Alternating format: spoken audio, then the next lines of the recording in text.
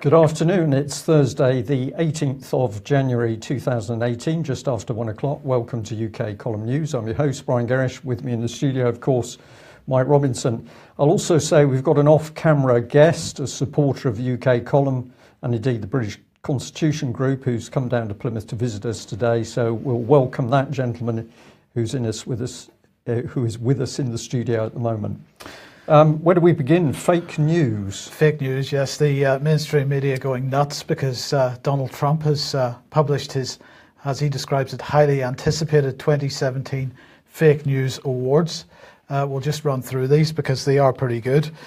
He starts off with the New York Times. Paul Krugman claimed on the day of his victory that the economy would never recover. ABC News, Brian Ross sends the markets in a downward spiral with a false report. CNN falsely reported that Donald Trump and his son Donald J. Trump Jr. had accessed hacked documents from WikiLeaks. He mentions Time falsely reporting that Trump had removed the bust of Martin Luther King Jr. from the Oval Office. The Washington Post falsely reporting that Trump had that his massively sold-out rally in Pensacola was empty. CNN falsely editing a video to make it appear that Trump had overfed fish during a visit with the Japanese Prime Minister. CNN falsely reporting that Anthony Scaramucci's meeting with a Russian, but retracted it due to significant breakdown in process. Newsweek falsely reporting that Polish First Lady did not shake hands with President Trump. CNN again reporting that former FBI Director James Comey would dispute Trump's claim that he was told he was not under investigation. The New York Times falsely claiming on the front page that Trump administration had hidden a climate report. And last but not least, he says Russia collusion, and he's saying there is no Russia collusion. So this, of course, has had the mainstream press in a tizzy today, Brian. And BBC Radio 4 Today programme trying to justify their actions by, in a soft way, criticising some of the other mainstream coverage of Donald Trump and suggesting that perhaps their direct criticism wasn't really appropriate, as opposed to the BBC Today's programme's little side comments that they make, which bring you to the same conclusion. So the hypocrisy throughout the mainstream media, absolutely amazing, once again. Amazing, and this is the same mainstream media that is going overseas and training young journalists to report accurate journalism in trouble spots, so into Palestine, into Syria, into Afghanistan. So that system of journalism and media, training these young people in those sorts of standards. Pretty impressive stuff. Yes, and of course the other target for much of the mainstream's fake news agenda is the Russians, and this is Maria Zakharova, the Russian Foreign Ministry Facebook page, commenting on this article from a German website, a German media outlet, and she says, analysing fake news about Russia is one of my routine responsibilities. Statements made by Russian officials are often distorted beyond recognition. We're used to this. But Stefan Scholl from Südwest Presse has gone further than many, if not all, in an article entitled Russia, a Big Settlement of Accounts with the US. She says that he claims that Sergei Lavrov, said something that he didn't say. And the journalist had said that Lavrov presented a peaceful protest by pro-Ukrainian Tatars in March 2014 as an attack by Islamic extremists on the Crimean parliament. And then she goes on to correct that situation. But it does beg the question, when is the mainstream media going to grow up a little bit with regard to the standard of reporting of people that, for whatever reason, they've taken a dislike to? I think the answer to that, Mike, is when they're held to account by the readers and the people who watch these reports. So the onus comes back onto us. We've got to hold them to account. I understand that Facebook is going to make a final decision, or it's going to do the final investigation as to whether the Russians were interfering with social media. So we've seen a large number of reports where newspapers, BBC and the other big American TV companies are all saying, yes, the Russians did hack. We've still seen no evidence. Facebook, that was all a done deal. I thought that they'd proved that the Russians were in there, but apparently not. They are going to come to a final conclusion. Yeah, but isn't that with regard to Brexit specifically? Or is that broader than that? I think it's broader than that, Mike, Right, but okay. as with all these things, it's a bit vague.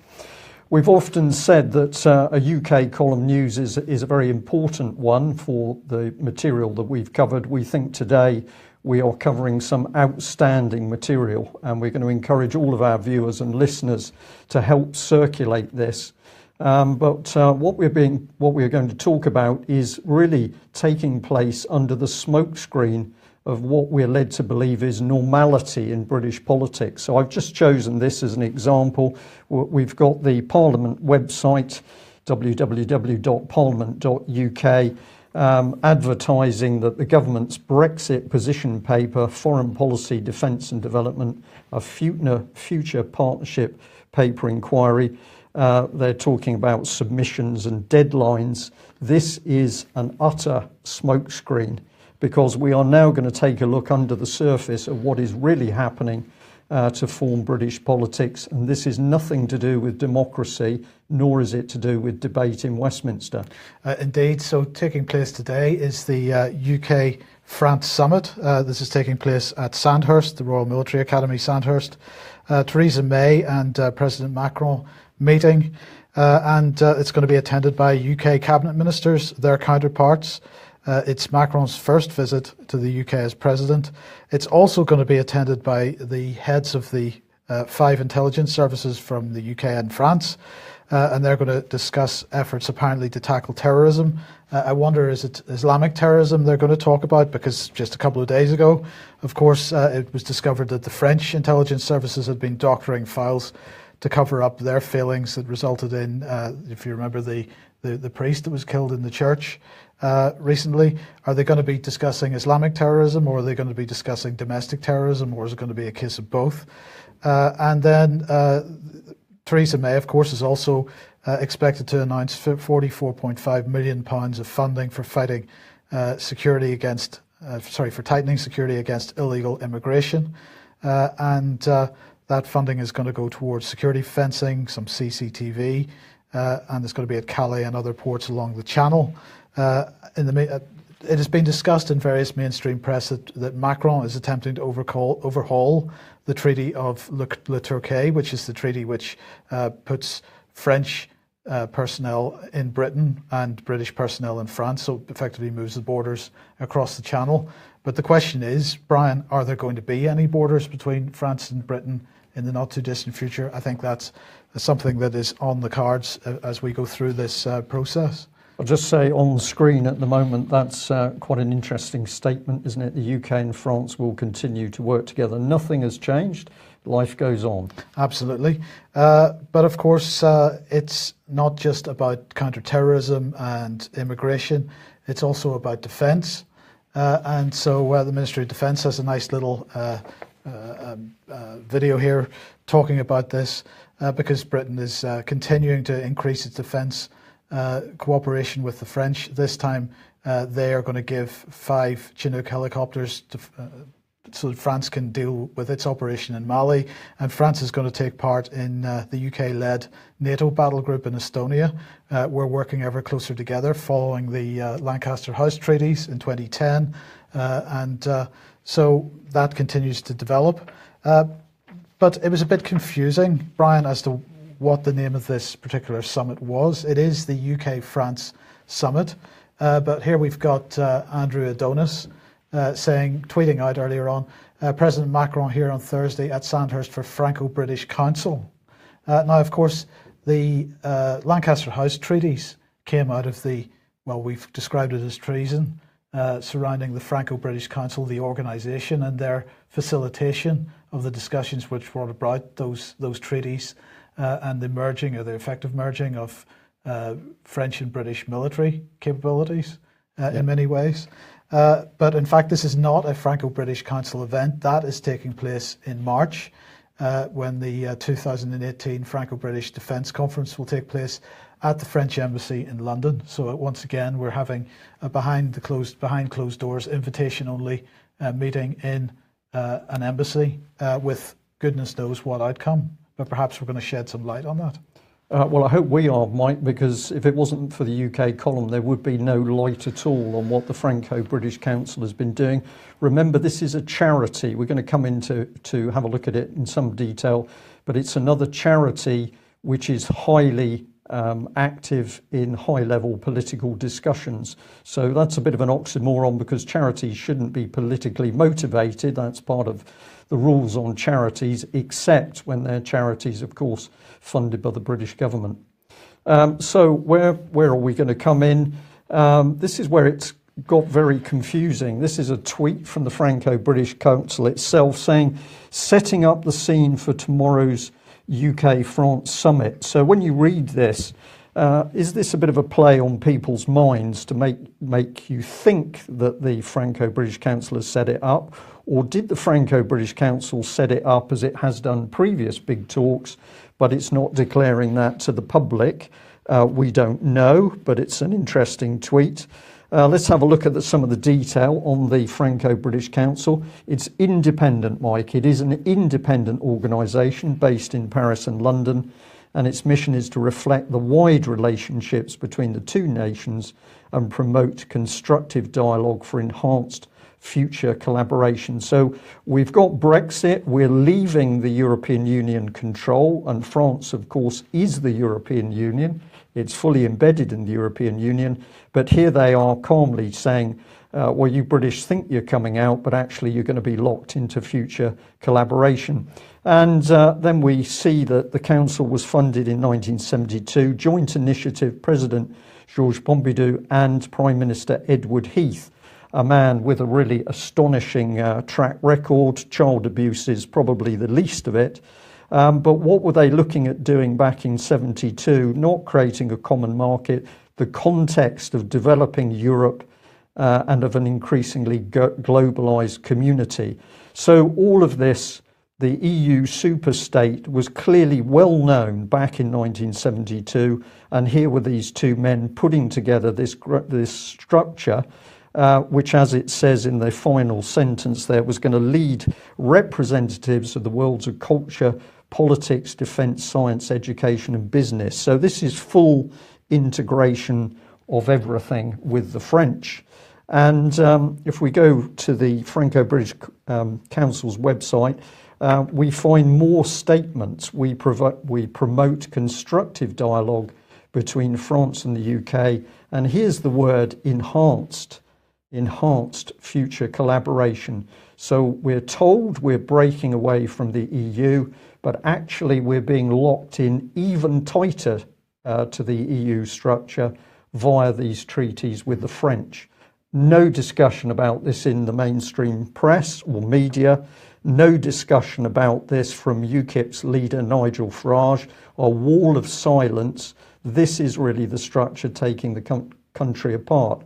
And if we have a look at a little bit of detail to show it to you, we've had to go to video because there's so much information, but you can go to the Franco-British Council website yourself to have a look.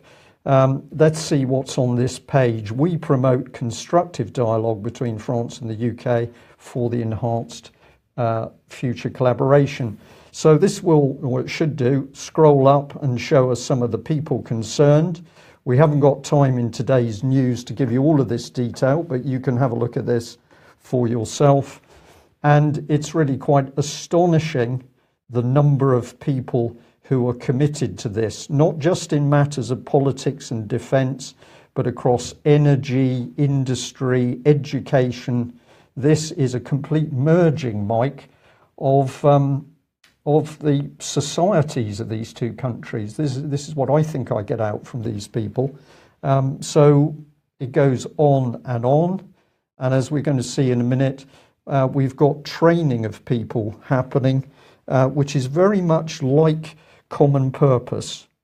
But go to the website yourself and have a look at these people and ask who they really are. Some of them are military, some of them are British military.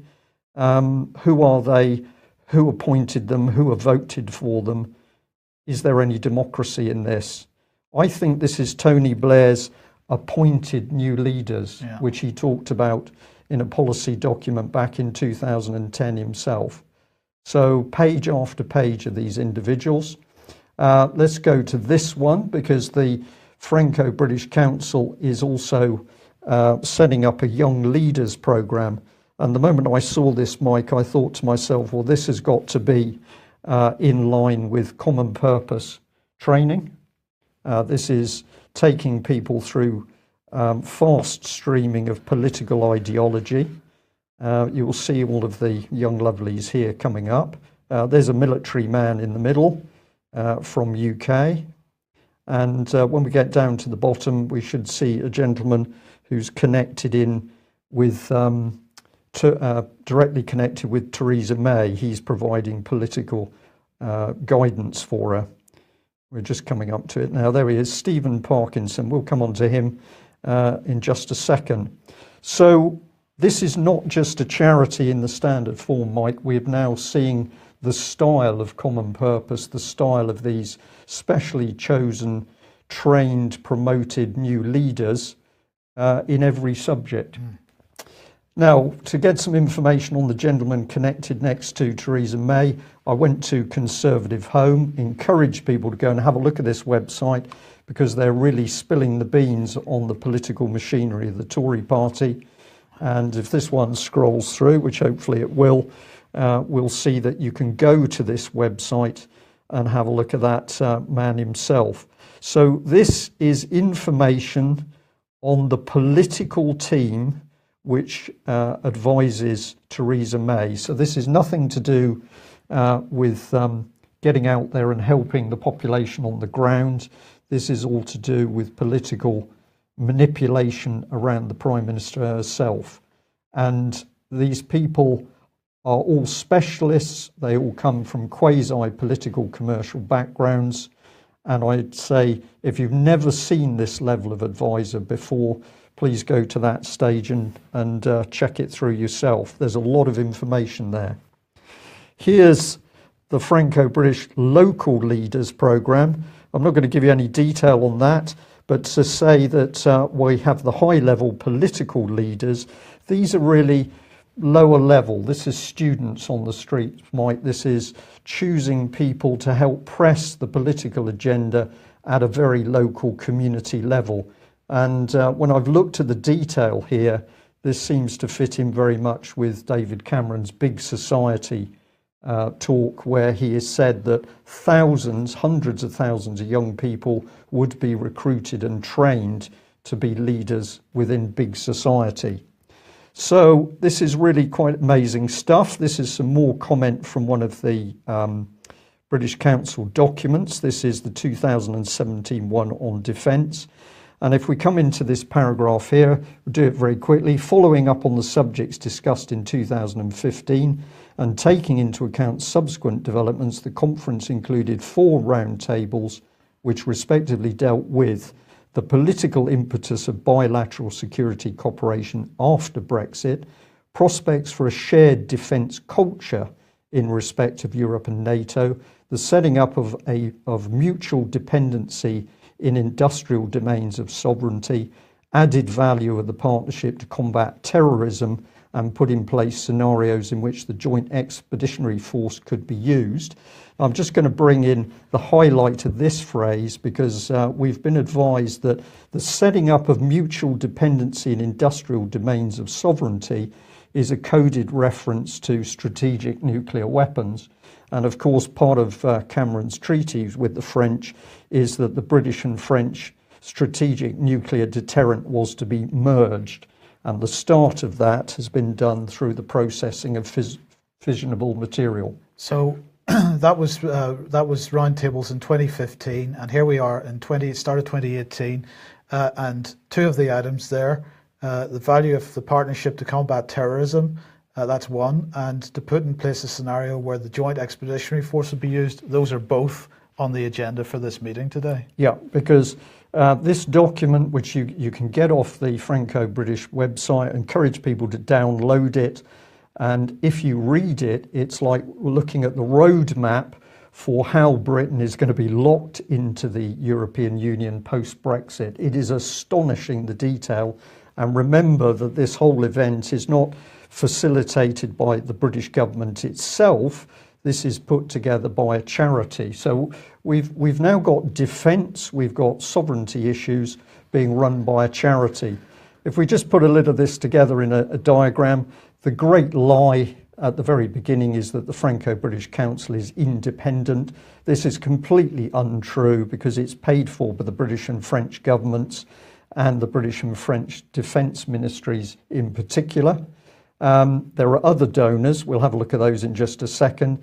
Let's remind ourselves that this was set up with Ted Heath.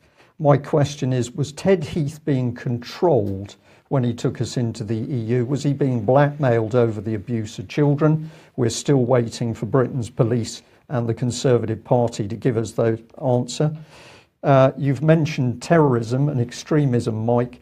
I was fascinated to see that there's an input to the trustees of the Franco-British Council from the Quilliam organisation, which boasts it's the world's first anti-extremism organisation.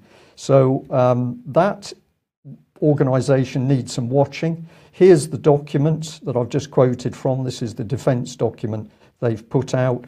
Have a read of this document because it's a blueprint for the destruction of UK in this enhanced future collaboration. And we'll say at the top of the screen there that, of course, it was the UK column's exposure back in 2010-11 that first put the highlight on this. So those other funders, Mike. Yes, so the other funders, have we got the City of London? There's a whole bunch of corporate funders, from the City of London to EDF to Societe Generale and people like that. Then we've got some institutional funders, including, as you said, the Ministry of Defence and the Foreign Office and the French equivalents. And then in the centre there, we've got two private donors, Joseph Ugurian, I can't even pronounce his name, Ugurian, who is founder of Amber Capital and the sole portfolio manager of both the Amber Global Opportunities Fund and the Amber Active Investors Fund. He founded Amber Capital in 2005. So this is hedge funds? Absolute hedge fund money. Hedge funds, right. He's a graduate of the HEC Business School in Paris.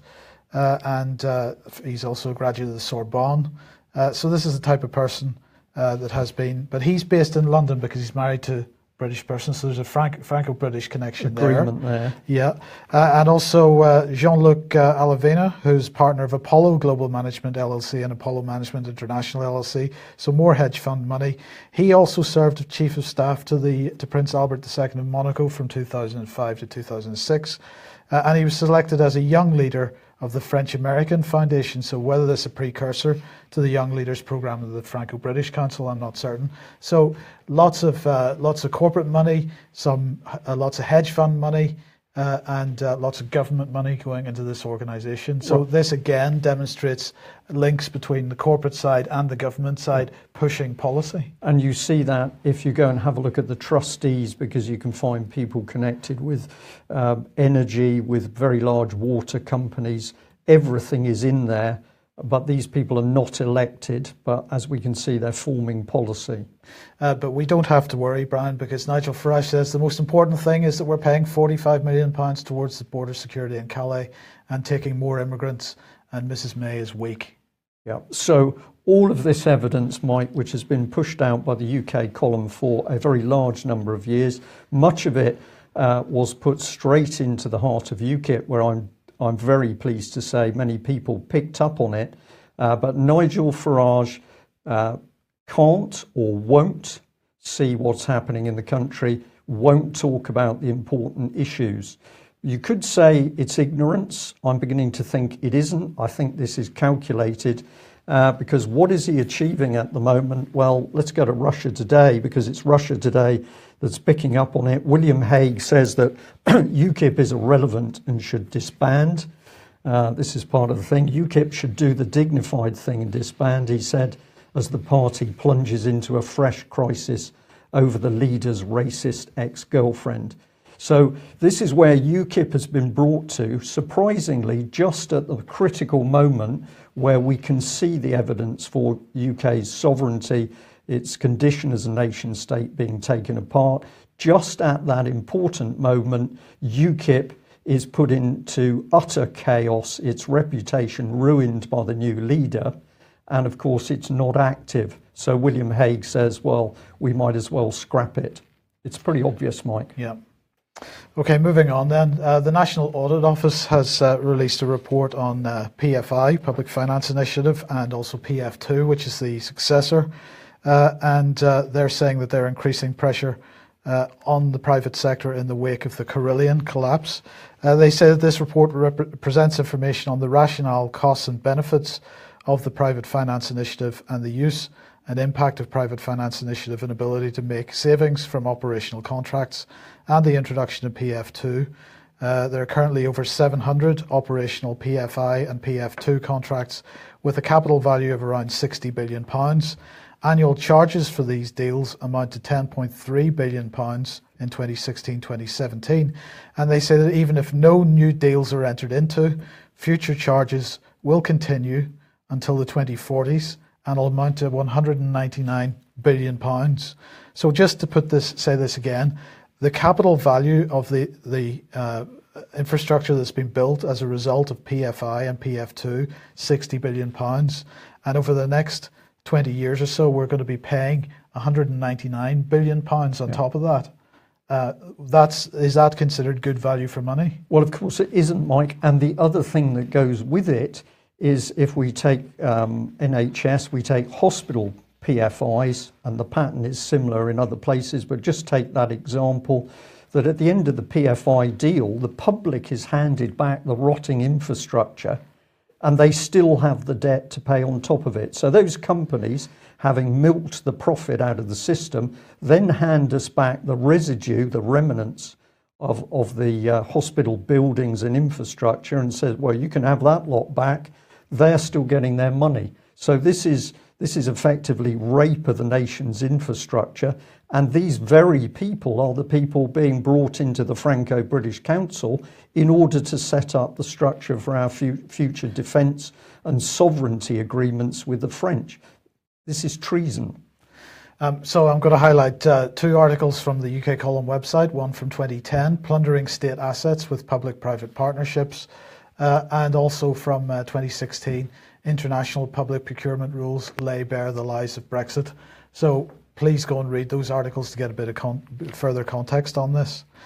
Now, Royal Bank of Scotland is in trouble. This is an internal memo which Royal Bank of Scotland staff were sent.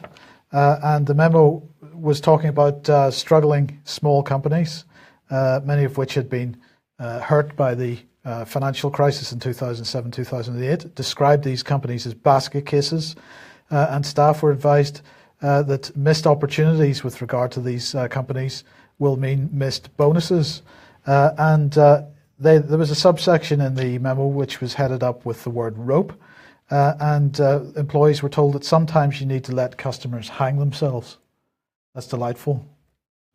Yes, not much to say about that. No. So this has been criticised widely, MPs criticising it, all kinds criticising it. But I just remind everybody to hunt out the discussion that Brian had with Colm Canning, a former senior manager at Ulster Bank, of course, Ulster Bank owned by RBS. And Colm Canning had resigned from the bank when he was asked to apply policies similar to those being described in the memo. To businesses. He was uncomfortable with them, and those policies, he said, had resulted in otherwise viable businesses being asset stripped and liquidated, all in the dash for cash at the bank. And of course, what happened to him, he was hounded out of his job. He's eventually put through the courts. He has massive attacks on his family life. His children were brought into it, all because he spoke out and told the truth. And I think I'd just like to add to that, this is a prime example of when people do have the courage to whistleblow, wherever they come from, then they need the support of the British public to get behind them, to reinforce what they're saying, protect them, and of course get other whistleblowers to join them.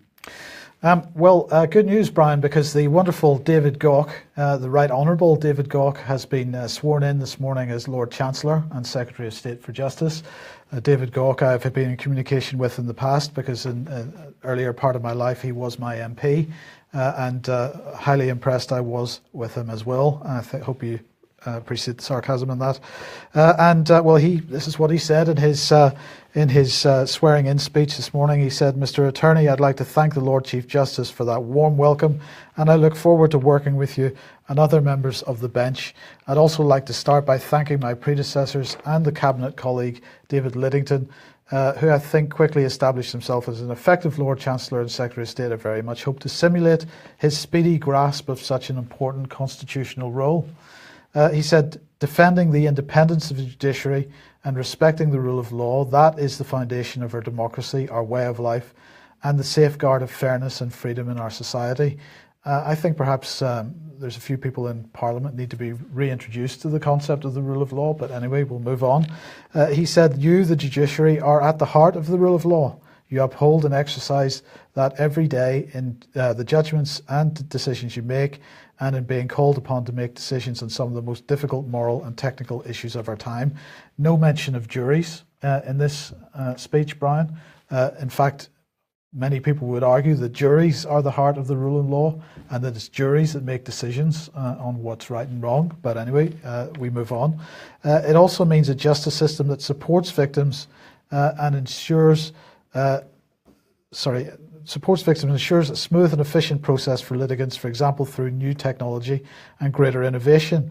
I look forward to working closely with the Lord Chief Justice and Senior Judiciary to build on the important work that's already underway to reform and modernise our courts and tribunal system and make this a reality. Now, what he's talking about here, of course, is all the technological changes that are being brought in, initiated by Lord Leveson. Where does it take us? It takes us to the point where people don't need to go into court. Of course, courts will be moved online. Yeah. There's no transparency, no seeing justice being done in many cases. Well, excuse me, of course, Melanie Shaw's had this precise problem that once she was incarcerated in prison, when new hearings came up, she wasn't actually taken out of prison and taken to the courts. She was sat on a video link which mysteriously always broke down or was shut off at the time that Melanie Shaw started to speak out in her own defence. And this, of course, is one of the remarkable things about this lady, that she is very capable of speaking in her own defence when she's given the opportunity. But under the new Skype court arrangements, that could clearly be turned off turned at the flick of a switch or the press of a button, and this will happen to other people. So the IT is overtaking particularly the use of proper court records and the opportunity for justice to be seen and heard to be done. Dangerous stuff. Yeah. Slightly less serious, but we just thought we'd highlight it. A couple of people in the UK Column forums pointed this out to me yesterday.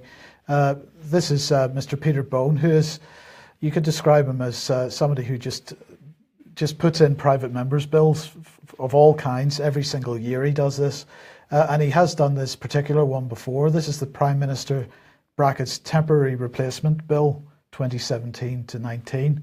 Now it's a private members' bill. He hasn't published the text. When he's pushed in similar bills in the past, the text has been published, and it's been a bill about making sure that there's contingencies in place if the Prime Minister were to be, temporarily invalided or in hospital for any reason or something like this. But, the question in my mind is, do these people not have anything better to do than to push through private members' bills? They get their first reading in the House. That occupies time in the House of Parliament. It's going to have a second reading this week. So it's either going to get ignored at that point or somebody's going to try to push it forward. But there's time being wasted on this stuff. And there are maybe half a dozen MPs in Parliament that push through this type of private members' bill. And what's the point, is my question. Mike, if you look at the overall standard of our MPs, they're Arrogance and ignorance usually in equal measure. Many of them have no idea anymore what reality is. So they attend Westminster, they see something that becomes of importance to them, and then they try and push it through, usually to big themselves up in the eyes of their own constituents. So arrogance, ignorance. We don't have a working parliament at the moment. They don't want a working parliament because, of course, all of the decisions are being made behind these closed doors, with charities like the Franco-British Council controlling. I think they would welcome this standard of MP, because the more of this type of person that fills Westminster, the more chaotic Parliament will be, and the less the public can see of what the true agenda is. Right, so I'm just going to quote Alex in the chat box there. He said, oddly, the retired number 2 of GCHQ had a real go at me on Facebook once when I said that private members' bills had often been used as fronts for unpopular government policies. And he's asking, had he hit a raw nerve? Well, that's a good point, because whereas I normally ignore private members' bills as being pointless, perhaps this one is one we need to keep an eye on, because this is the terms of withdrawal from the EU (brackets referendum) bill 2017-19.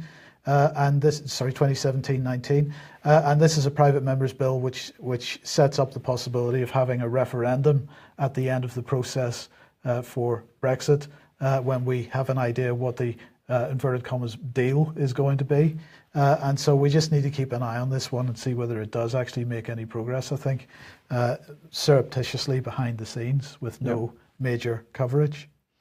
And we're going to end with Grenfell Tower. I just wanted to highlight this because the Evening Standard here headline is Grenfell Tower housing boss quits more than 6 months after the tragedy. And this is the guy that was responsible for running Grenfell Tower. He was on a £150,000 a year contract. Robert Black is his name. He was the former chief executive of Kensington Chelsea Tenant Management Organisation. And he stepped down or stepped aside from the job in August, but he didn't leave his paid position, although he wasn't actually operationally doing the job anymore. He continued to receive his full salary. He's now finally stepped down.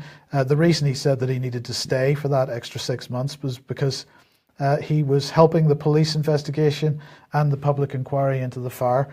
I have to say there's a lot of people helping the police investigation and public inquiry into the fire that aren't getting paid on a pro rata basis £150,000 a year.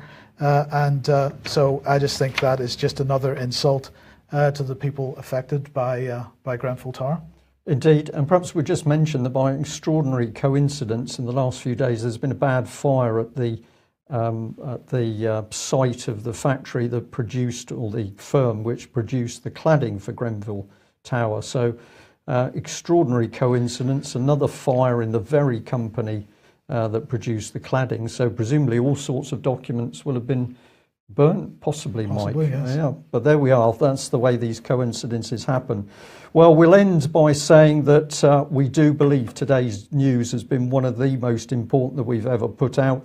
If you can see and understand the way that the government is doing its business behind closed doors with the British Franco charity, then you'll be able to see this style of government operating in other sectors, particularly the NHS. But of course, this particular issue relates to defence. And if we lose control over our own military and defence system, procurement system, if that is under the control of the French, it is under the control of the EU, we no longer exist as a nation state. So we'd encourage our viewers and listeners today to help promulgate this information. It's so important that as many people as possible spread it by as many avenues as possible, because it's quite clear that the British government is now clamping down on free speech.